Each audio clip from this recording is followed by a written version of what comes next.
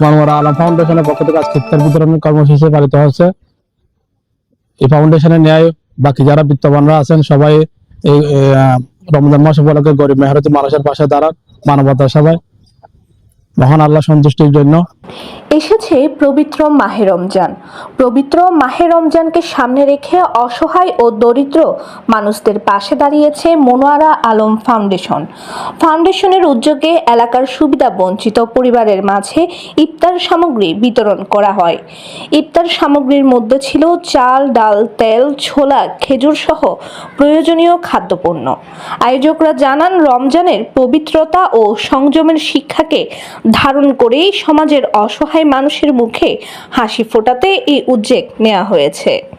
এ সময় প্রবাসী সমাজসেবক তাজুল ইসলাম বলেন, রমজান আমাদের সহমর্মিতা ও মানবতার শিক্ষা দেয়। আসুন আমরা সবাই নিজ নিজ অবস্থান থেকে অসহায় মানুষের পাশে দাঁড়াই। আছেন সবাই এই রমজান মাস উপলক্ষে গরিব মেহনতি মানুষের পাশে দাঁড়ান মানবতার সবাই মহান আল্লাহ সন্তুষ্টির জন্য। আমরা যারা বিত্তবানরা আছি তারা যদি অসহায় গরিবদের পাশে এই মাহে রমজান উপলক্ষে দাঁড়ায় তাহলে সবার জন্য উপকৃত হয়।